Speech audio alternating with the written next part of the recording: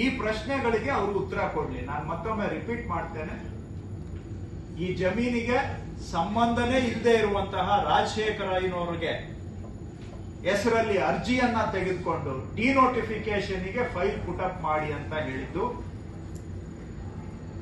ಅಕ್ರಮಕ್ಕೆ ಆರಂಭ ಅಲ್ಲವಾ? ಡಿನೋಟಿಫಿಕೇಶನ್ಗೆ file put up ಮಾಡಿ ಅಂತ ಹೇಳಿ 2 ದಿನದಲ್ಲಿ ನಿಮ್ಮ ಕುಟುಂಬದವರು ಅದನ್ನ ಜಿಪಿಎ ಮಾಡಿಕೊಂಡಿದ್ದು ಲಾಭ ಮಾಡಿಕೊಳ್ಳುವ ಉದ್ದೇಶದಿಂದ ಹೌದಾ ಅಲ್ಲವಾ? ಡಿನೋಟಿಫಿಕೇಶನ್ ಆಗಿದ್ದು ಸತ್ತೋದವರ ಹೆಸರಿಗೆ ಹೌದಾ ಇಲ್ಲವಾ?